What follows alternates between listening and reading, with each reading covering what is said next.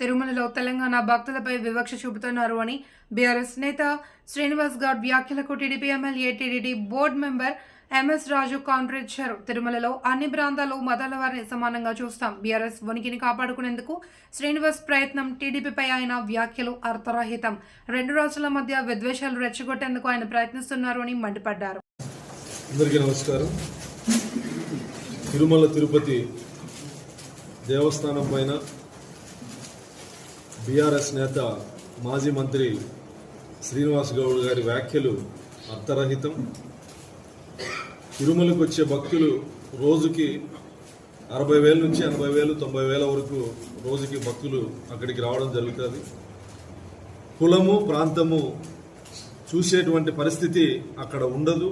కేవలం ఇది శ్రీనివాస్ గౌడ్ గారి యొక్క అస్తిత్వం కోసమో లేదా వాళ్ళ పార్టీ ఉనికి కోసమో ఫ్రస్ట్రేషన్లో మాట్లాడినట్లుంది. తిరుమల పైన ఎటువంటి వివక్షతకి తావు లేదు.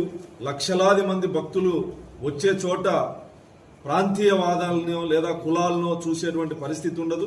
తిరుమలలో దేశ విదేశాల నుంచి ప్రపంచవ్యాప్తంగా భక్తులు వస్తూ ఉంటే కేవలం ప్రాంతీయవాదంతో, ప్రాంతీయ తత్వంతో వచ్చినటువంటి పార్టీ నుంచి వచ్చినటువంటి నేత నుంచి ఇలాంటి మాటలే చూడాల్సి వస్తుందేమో.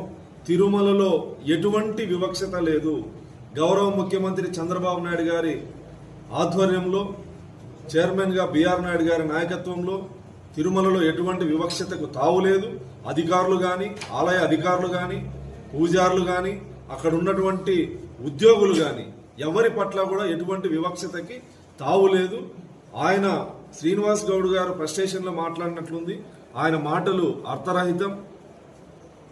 ఎందుకు అలా మాట్లాడాల్సి వస్తుందో, భక్తి దేవుడి దగ్గరికి వచ్చిన తర్వాత ఆలయ ప్రాంగణం దగ్గర రాజకీయాలు మాట్లాడకూడదని చెప్పినప్పటికీ మళ్ళీ రెండు రాష్ట్రాల మధ్య విద్వేషాలు రెచ్చగొట్టే విధంగా మాట్లాడడం సరికాదు.